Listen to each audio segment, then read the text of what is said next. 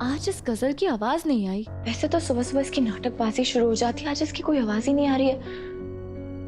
नाटकबाजी करके थक गई होगी ना कल रात को, तो जरूर घोड़े बेच के सो रही होगी बस।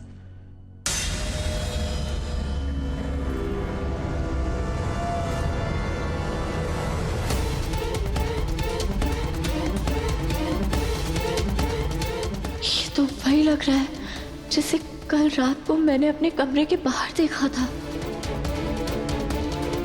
इसका मतलब वो मेरा वहम नहीं था, पर आखिर ये है कौन?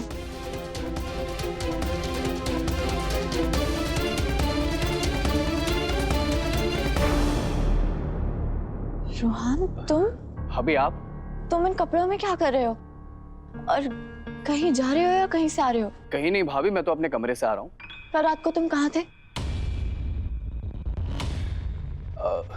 मैं तो अपने कमरे में था भाभी, मैं कहाँ जाऊंगा? झूठ क्यों बोल रहे हो? मैं कल रात को तुम्हारे कमरे में आई थी, तुम वहां नहीं थे। रोहान, रोहान, ये रोहान कहाँ चला गया इस वक्त? मैंने तुम्हें फोन भी किया, उसके बाद तुमने मुझे कॉल बैक भी नहीं किया। सच बताओ रोहान, क्या चल रहा है तुम्हारे जहन में? कहाँ गए थे तुम? मैं कहीं नहीं गया था भाभी, मैं अपने कमरे में था। रोहान, झूठ बोलना बंद करो तुम।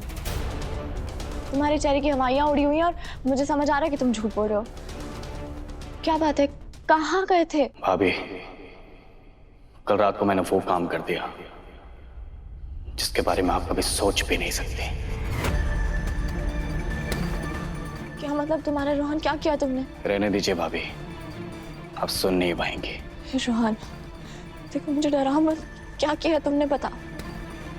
जवाब दो, चुप क्यों हो? भाभी, मैं कल रात जब सोने की कोशिश कर रहा था तो मुझे एक आवाज आ रही थी।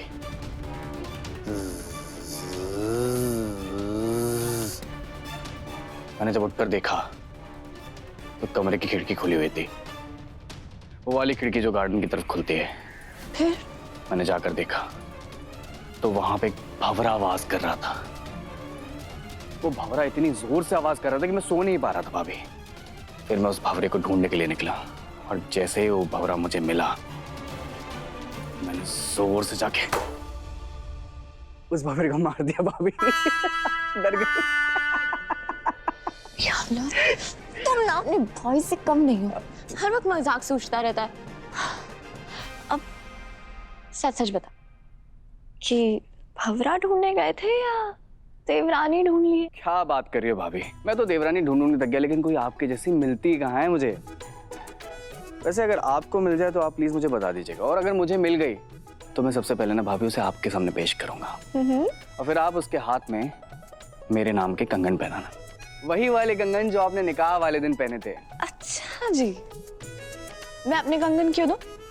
नए खरीद लेना अपनी बेगम के लिए। अरे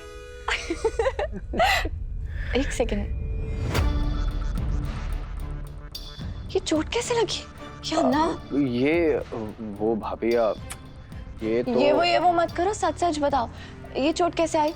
अरे ये तो मामूली सी चोट है भाभी, वो दोस्त की लड़ाई हो गई थी तो मैं बीच बचाव कर रहा था, हल्की सी खरोंच आ गई। तुम बिना बहुत बदमाश हो, ऐसे दोस्तों में रहते क्यों जिनके झगड़े होते हो?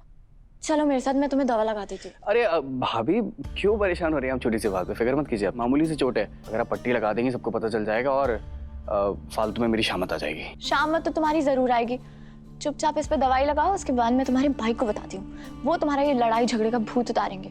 चलो। भाभी बात तो सुनिए मेरी। भाभी